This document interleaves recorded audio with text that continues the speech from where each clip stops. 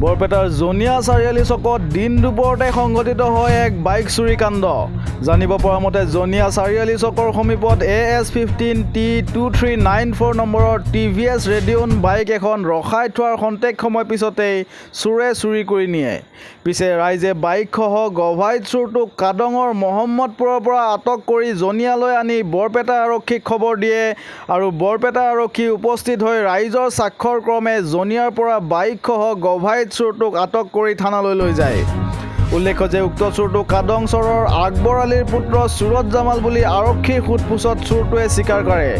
স্মৰ্তব্য যে ইয়াৰ পূৰ্বেও জনিয়া বজাৰত কেইবাখনো দোকানত চুৰিকাণ্ড সংঘটিত হৈছে বুলি জনিয়া চালেকুৰা বজাৰ সমিতিৰ সম্পাদকগৰাকীয়ে জানিবলৈ দিয়ে।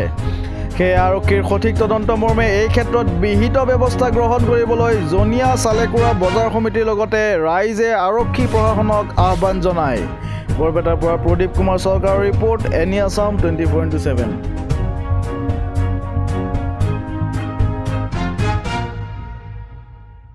জনিয়া বজাৰতে দুটামান বজাত এখন TVS বাইক হেৰুৱাইছিল আৰু সেই বাইকখন আমি কাদঙৰ পৰা উদ্ধাৰ কৰিবলৈ সক্ষম হৈছে বাইকগৰাকী। গতিকে তেওঁৰ ধৰি আমাৰ জনিয়া বজাৰত আনিছে আৰু তেওঁৰ লগতে ড্ৰাগছ আৰু নিচাযুক্ত দ্ৰব্য পোৱা গৈছে।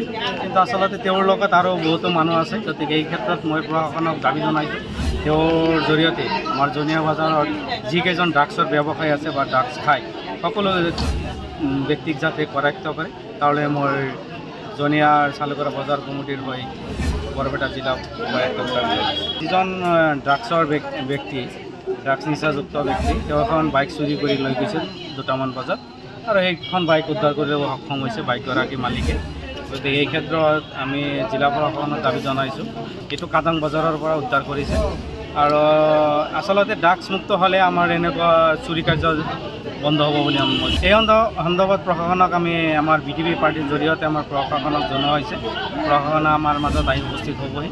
গতিকে এই ক্ষেত্ৰত প্ৰশাসনক আমি জোৰদাৰ দাবী জনাইছোঁ, তদন্ত কৰি তেওঁৰ লগত আৰু জড়িত আছে সকলোখিনি মানুহ ইয়াত উদ্ধাৰ কৰিব লাগে। ইয়াতে আমাৰ জনিয়া বজাৰত 3-4খনমান দোকান একেলগে 4-5 দিন পিছে পিছে চুৰি হৈ গৈছে আৰু সঘনাই হৈ আছে। আজি দিনৰ ভাগতো হৈ গৈছে।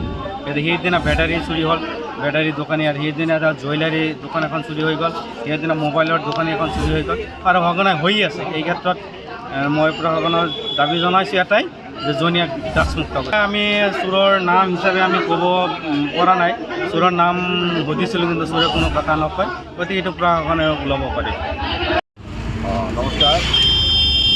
আজি দিনত 3টামান বজাত জনিয়া বজাৰৰ পৰা এখন বাইক চুৰি হয়। সেই বাইকখন ৰাইজে সহযোগ কৰি গৰাকীক উদ্ধাৰ কৰি দিয়ে।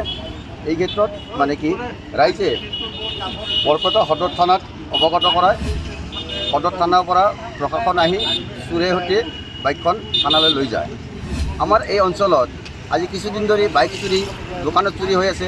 আমাৰ এনেকুৱা ৰাইজ যাতে এলাৰ্ট হয়, ৰাইজ যাতে সচেতন হয়, যাতে চোৰৰ পৰা ৰাইজৰ শান্তি পায়, তাৰ কাৰণে ৰাইজক মই অনুৰোধ কৰিছোঁ, ৰাইজ অলপ সজাগত হওক। এইখিনি আমাৰ ক'ব লাগে।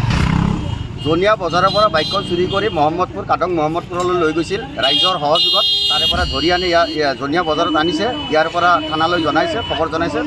থানাৰ পৰা আমাক সহায় কৰিছে, চোৰ আৰু গাড়ী উঠি লৈ গৈছে।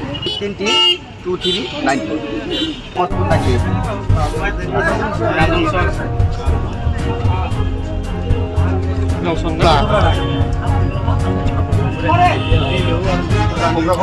বাইকে গাড়ীখন নাম্বাৰ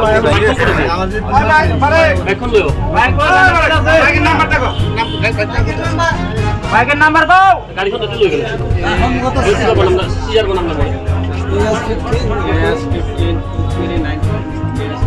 কি ফুল পাস নেই গাড়ির নাম্বারটা দিয়ে দাও।